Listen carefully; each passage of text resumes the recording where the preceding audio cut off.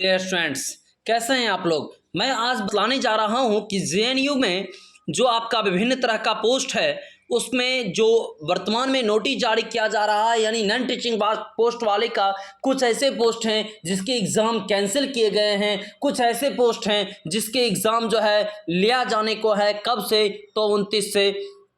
कुछ ऐसे पोस्ट हैं जिनके की एग्ज़ाम लिए जा चुके हैं। वैसे स्टूडेंट जो आंसर की का इंतज़ार कर रहे हैं वह दुविधा भी इसमें आपका दूर होगा। साथ ही साथ अगर आप कट ऑफ को लेकर के भी चिंतित हैं तो वह भी आपका जो है इन्फॉर्मेशन यहाँ पर दिया जाएगा। ये देख सकते हैं, मैं अभी www.sarkariresult.com पर आया हूँ, जहाँ पे आपको दिख रहा होगा नॉन टीचिंग पोस्ट वाले JNU non teaching various post admit card. जी हाँ, तो जैसे ही मैं इस पर क्लिक करता हूं तो क्लिक करने के बाद आपको दिखेगा एक ही नोटिस में, एक ही मतलब फॉर्म में दो दो एग्ज़ाम का डेट आपको दिख रहा होगा। साथ ही साथ फॉर्म फिल का डेट जो है वो आपको एक ही दिख रहा होगा। जैसे कि आप देख पा रहे होंगे फॉर्म फिल का डेट जो है 20 फरवरी से निकला था और यह भरा गया 17 मार्च तक। एडिटिंग का भी डेट दिया गया था 18 और 19 मार्च को। ये एक ही नोटिस है जिसके कि फॉर्म भरने की डेट है, लेकिन एग्ज़ाम डेट आपको एक नहीं दो दो दिख रहा होगा, 26-27 अप्रैल को और 29 मई को। यानी बहुत सारे ऐसे पोस्ट है जैसे कि MTS, junior assistant, stenographer, semi professional assistant, professional assistant, इस तरह के अन्य और भी कुछ पोस्ट थे जिसके एग्ज़ाम 26 से 27 अप्रैल को लिया गया था, जिसके रिगार्डिंग आपको ऑफिशियल साइट पर जो है नोटिस दिया गया था 14 अप्रैल के डेट में। इसके अलावा 18 मई के डेट में आपका एक नया नोटिस आया है जिसमें कि बचे हुए स्टूडेंट्स का 29 मई 2023 को एग्ज़ाम होना है। उसी के रिगार्डिंग यहाँ पर आपको स्क्रीन पे ये दिख पा रहा होगा कि 29 मई को एग्ज़ाम है। इसके अलावा ये भी दिख रहा होगा कि आपका एडमिट कार्ड या सीटी अवेलेबल वह कब से है, तो 19 मई से आपका 18 को नोटिस जारी किया है और 19 मई से आपका एग्ज़ाम सिटी कहाँ पर आपका एग्ज़ाम सिटी है और ये तमाम चीज़ें जो है आपका अवेलेबल है।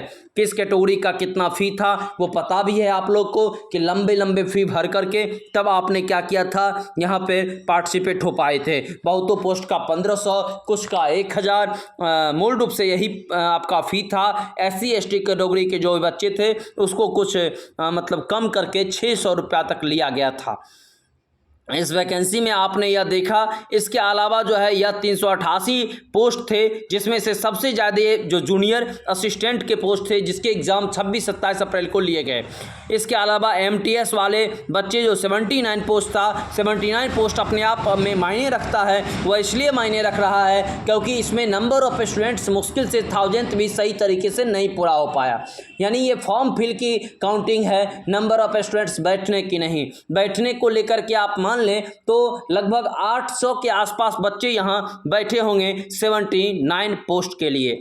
तो जान लें नंबर ऑफ स्टूडेंट्स जो है बहुत ही कम थे। अगर आपने थोड़ी बहुत भी पढ़ाई अच्छे तरीके से किया है तो निश्चित रूप से आप रिजल्ट में होंगे। सबसे बड़ी बात है इसका फी जो है बहुत अधिक लिया गया था। दूसरी बात, नंबर ऑफ स्टूडेंट्स बहुत ही कम थे। तीसरी बात, क्वेश्चन लेवल काफ़ी हाई था। चौथी बात, जो धांधली किसी भी प्रकार का देखने को नहीं मिला। तो इस तरीके से अनेकों ऐसे पॉइंट है जो यह साबित करता है जूनियर असिस्टेंट, MTS, इन तमाम पोस्ट के लिए कटअप को निर्धारित करना कि इनका जो कटअप है बेहद ही कम रहने के आसार हैं। अगर आपका 55% भी मार्क्स है तो आप कटअप में निश्चित रूप से होंगे, मैं ऐसा आशा करता हूं, क्योंकि नंबर ऑफ स्टूडेंट्स उपस्थिति को देखते हुए, सभी टर्म एंड कंडीशन को देखते हुए यही पता चलता है। शेष बचे हुए स्टूडेंट्स का 29 मई को एग्जाम होना है। आपका कितना नंबर आ रहा है अपने आंसर की से निश्चित रूप से आप मिला लेंगे। मिलाने के लिए आपको क्या करना है, आंसर की को देखना है। आंसर की कैसे देखेंगे वो अभी बतलाते हैं। जैसे ही आप यहाँ पे इसको स्क्रॉल कीजिएगा तो यहाँ JNU के ऑफिशियल साइट पे जाइएगा। वैसे आप चाहें तो jnu.ac.in डायरेक्ट लॉगिन कर सकते हैं JNU के ऑफिशियल साइट के लिए। ऑफिशियल साइट के लिए जैसे ही लॉगिन कीजिएगा तो आपको इसी तरह का होम पेज दिखेगा।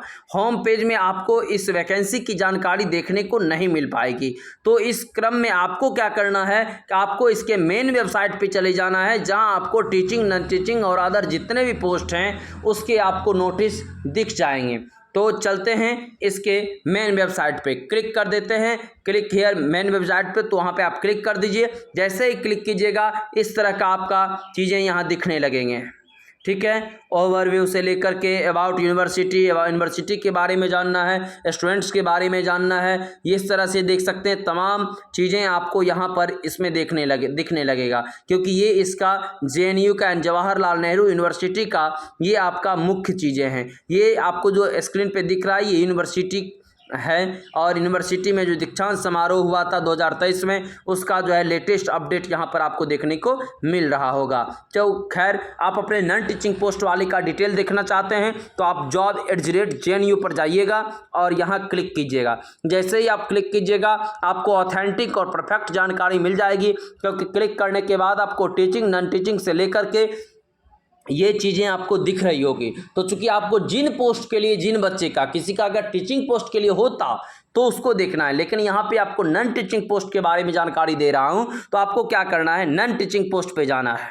नॉन टीचिंग पोस्ट पे जाने के बाद आपको यहाँ पर नोटिस एक के बाद एक लगातार दिख जाएगा। सबसे पहले तो आपको इसमें डेट नहीं डाला है, क्योंकि इसमें डेट डालने की कोई ज़रूरत नहीं है। जहाँ पे आपको दिख रहा होगा previous year question paper under open quota, तो ओपन कोटा के तहत प्रीवियस ईयर क्वेश्चन पेपर दिया हुआ है, जिसके आप यह आकलन लगा सकते हैं कि आपका वैसे बच्चे जो 29 मई को एग्जाम देने वाले हैं, वैसे बच्चों के लिए यह आपका यूजफुल है।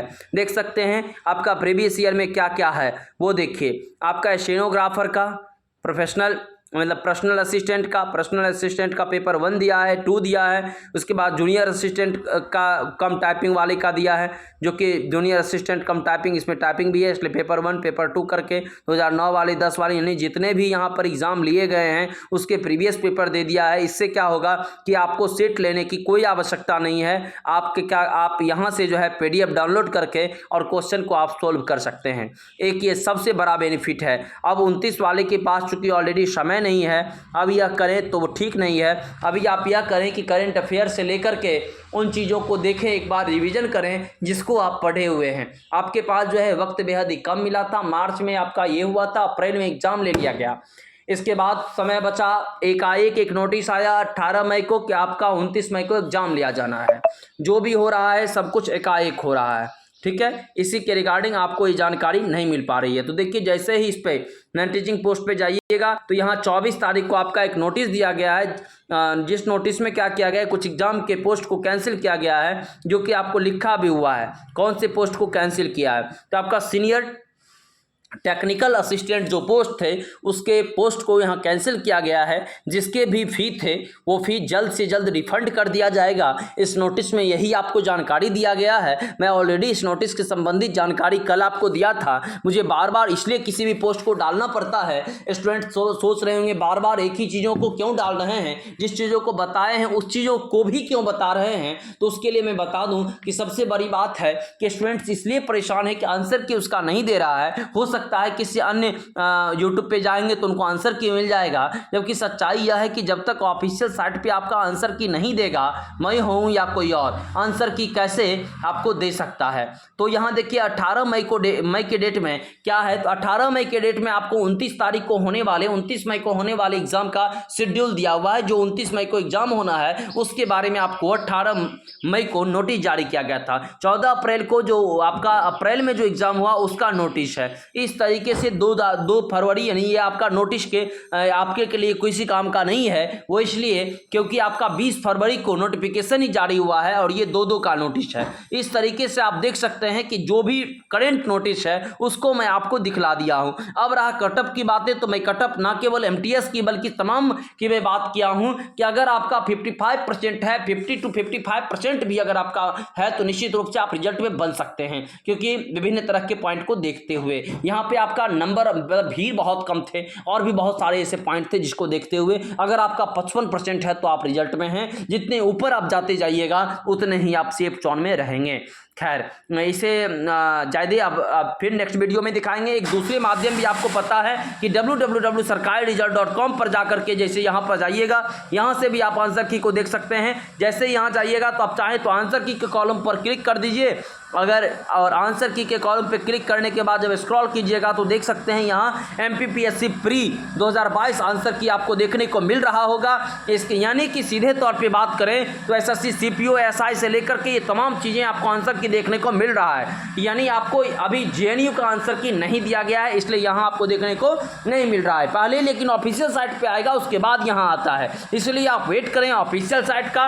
और एग्ज़ाम जो कैंसिल हुआ है जिस पोस्ट के लिए, उसका एग्ज़ाम नहीं लिया जाएगा, उसके पैसे जो है रिफंड कर दिए जाएंगे। एग्ज़ाम सिटी अगर आपको दे दिया है तो उसके लिए घबराएं नहीं, आपका कोई फ़र्क नहीं पड़ने वाला है, क्योंकि आपका एडमिट कार्ड नहीं देगा। इस तरह का नोटिस में आपको स्पष्ट रूप से दिया हुआ है। अगर भूल से एडमिट कार्ड दे भी दिया तो आपको एग्ज़ाम देने नहीं जाना है, एग्ज़ाम आपका ऑलरेडी कैंसिल है, वैसे आपका सेंटर नहीं अलर्ट करेगा। ठीक है, इस वीडियो में इतना ही, फिर मिलेंगे नेक्स्ट वीडियो में। चैनल पर नए हैं तो सब्सक्राइब कीजिए, नए वीडियो अपडेट के लिए, एजुकेशनल के लिए आप हमारे चैनल को सब्सक्राइब कर सकते हैं। धन्यवाद।